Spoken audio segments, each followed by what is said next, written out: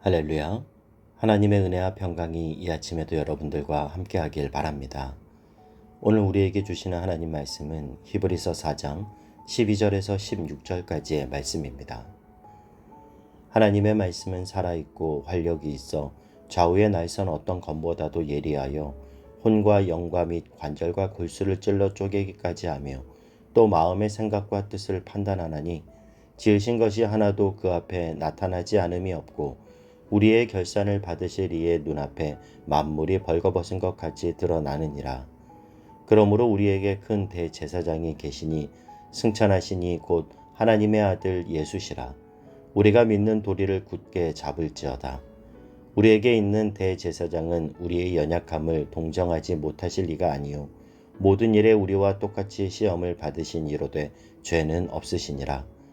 그러므로 우리는 긍휼하심을 받고 때를 따라 돕는 은혜를 얻기 위하여 은혜의 보좌 앞에 담대히 나아갈 것이니라. 아멘.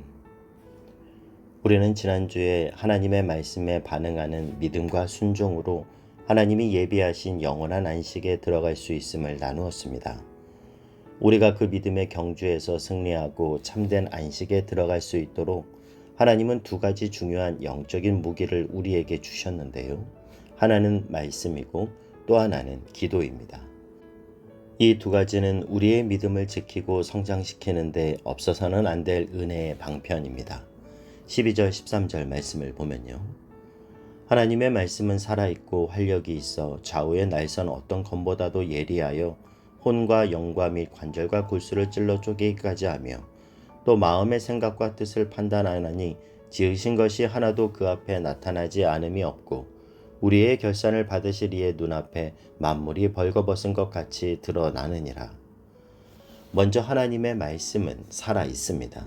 말씀이 생명이라는 거죠. 하나님은 이 땅을 창조하실 때 말씀으로 창조하셨습니다. 하나님이 빛이 있으라 궁창은 하늘과 땅으로 나누어질지어다 말씀하실 때 그 말씀이 살아 역사하여 말씀대로 그대로 되었습니다. 그래서 살아있는 이 말씀이 우리 안에 들어오면 우리 안에서 말씀이 살아 움직여 생명을 일으키게 되는 것이죠. 예전에 어느 뇌사 상태에 빠져서 중환자실에 계신 교우의 아버지를 신방한 적이 있었는데요. 어떠한 의사소통도 할 수 없는 말 그대로 뇌사 상태의 분이었습니다. 그런데 이분이 예수를 믿지 않았어요. 따님이 그것이 너무나 안타까워 기도라도 해달라는 그런 심정으로 신방을 요청했습니다.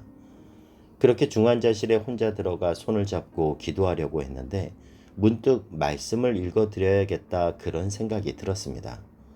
이분이 들을 수 있는지 없는지 모르지만 하나님이 주시는 감동을 따라서 요한복음 1장 말씀을 쭉 읽어드렸습니다.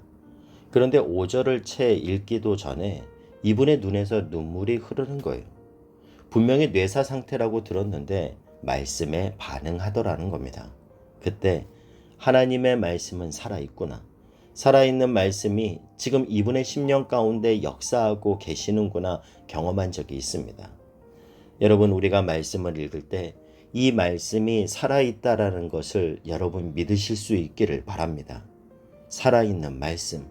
이것이 말씀의 첫 번째 특징입니다.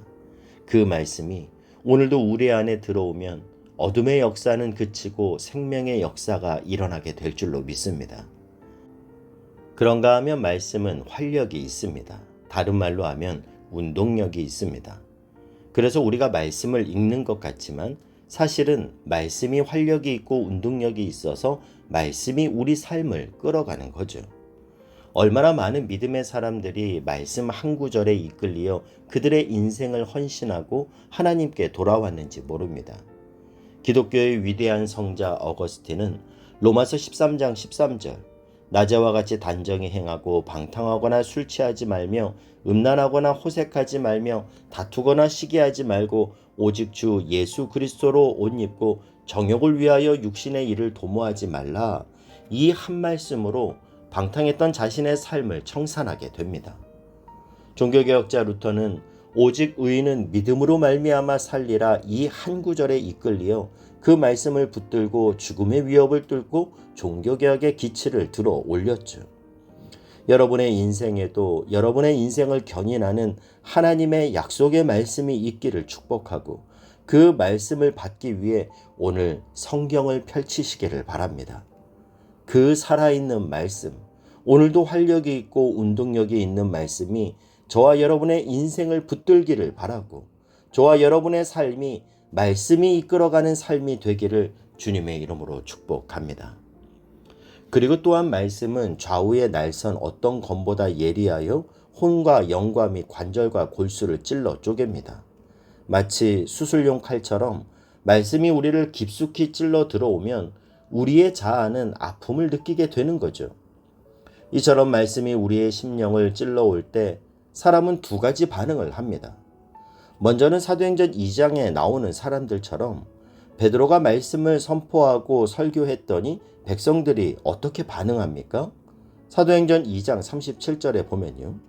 그들이 이 말을 듣고 마음이 찔려 베드로와 다른 사도들에게 물어 이르되 형제들아 우리가 어찌할꼬 하거늘 내가 이 말씀을 들었으니 이 말씀이 나를 찔러 쪼개니 그러면 이제 내가 어떻게 해야 하는가? 나는 어떻게 살아야 하는가? 이런 반응이 있는가 하면요. 또 한 가지 반응은 사도행전 7장에 나오는 스데반의 설교를 듣고 난 다음에 바리새인들의 반응입니다. 사도행전 7장 54절에 보면요. 그들이 이 말을 듣고 마음이 찔려 그 다음에 어떻게 기록합니까? 그를 향하여 이를 갈거늘.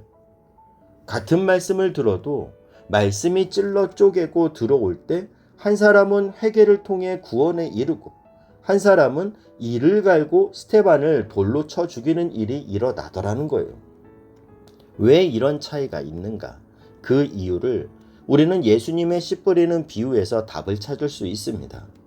마가복음 5장 15절 이하의 말씀을 보면요. 말씀이 길가에 뿌려졌다라는 것은 이들을 가리킴이니 곧 말씀을 들었을 때에 사탄이 즉시 와서 그들에게 뿌려진 말씀을 빼앗는 것이요. 또 이와 같이 돌밭에 뿌려졌다는 것은 이들을 가리킴이니 곧 말씀을 들을 때 즉시 기쁨으로 받으나 그 속에 뿌리가 없어 잠깐 견디다가 말씀으로 인하여 환난이나 박해가 일어나는 때에는 곧 넘어지는 자요. 또 어떤 이는 가시떨기에 뿌려진 자니 이들은 말씀을 듣기는 하되 세상의 염려와 재물의 유혹과 기타 욕심이 들어와 말씀을 막아 결실하지 못하게 되는 자요. 좋은 땅에 뿌려졌다라는 것은 곧 말씀을 듣고 받아 30배나 60배나 100배의 결실을 하는 자니라. 사단이 빼앗아 갔다라는 거예요. 돌밭 같은 마음에 말씀이 뿌리 내리지 못했다라는 거죠. 저는 저와 여러분의 마음이 언제나 옥토밭같이 되기를 축복합니다. 하나님, 나의 마음을 옥토밭 같게 해 주옵소서. 말씀이 삶 속에서 열매 맺게 해 주옵소서. 기도할 수 있기를 바랍니다. 그래서 말씀이 우리 안에 뿌리 내려 열매를 맺되 30배, 60배, 100배의 결실을 하는 저와 여러분이 될 수 있기를 축복합니다. 14절 이하의 말씀을 보면요. 그러므로 우리에게 큰 대제사장이 계시니 승천하시니 곧 하나님의 아들 예수시라. 우리가 믿는 도리를 굳게 잡을지어다. 우리에게 있는 대제사장은 우리의 연약함을 동정하지 못하실 이가 아니요 모든 일에 우리와 똑같이 시험을 받으신 이로되 죄는 없으시니라. 그러므로 우리는 긍휼하심을 받고 때를 따라 돕는 은혜를 얻기 위하여 은혜의 보좌 앞에 담대히 나아갈 것이니라. 예수님은 일반적인 대제사장이 아니라 큰 대제사장이십니다. 대제사장은 아론의 집에서만 나올 수 있고 대제사장의 직무는 1년에 한 번 속죄일에 지성소에 들어가서 자신의 죄와 이스라엘 백성의 죄를 속죄하기 위해 희생제물인 짐승의 피를 법궤 위에 있는 속죄소에 뿌리는 일을 감당하는 사람입니다. 대제사장이 이스라엘의 백성들의 죄를 속죄하는 제사를 드리지만 그 역시 인간이기에 자신의 죄를 또한 속죄해야 하고 그가 하는 속죄는 영원한 것이 아니라 1년마다 계속되어져야 하는 속죄 제사였습니다. 그러나 큰 대제사장이신 예수님은 아론의 반차를 따라 오신 분이 아니라 멜기세덱의 반차를 따라 오셔서 죄가 없으신 분으로 단번에 모든 죄를 속죄하실 수 있는 분, 곧 하나님의 아들이시라 히브리서는 분명히 선포하고 있습니다. 우리 16절 말씀을 다시 한번 보면요. 그러므로 우리는 긍휼하심을 받고 때를 따라 돕는 은혜를 얻기 위하여 은혜의 보좌 앞에 담대히 나아갈 것이니라. 여러분, 하나님은 우리를 긍휼히 여기십니다. 우리가 상상하는 것 이상으로 하나님은 우리를 긍휼의 시선으로 바라보시고 마음 써 주십니다. 저는 여러분이 그 하나님의 긍휼을 깨닫기를 간절히 원합니다. 여러분, 오늘도 우리를 긍휼히 여기시고 우리에게 때를 따라 돕는 은혜를 주시기 원하시는 주님께 담대히 나아갈 수 있기를 바랍니다. 그것이 바로 기도입니다. 우리는 믿음의 경주를 위해 쉬지 말고 기도해야 하는 거예요. 우리를 긍휼히 여기시는 주님은 우리의 모든 고난을 몸소 겪으셨기에 우리를 동정하지 못하실 분이 아니라고 말씀합니다.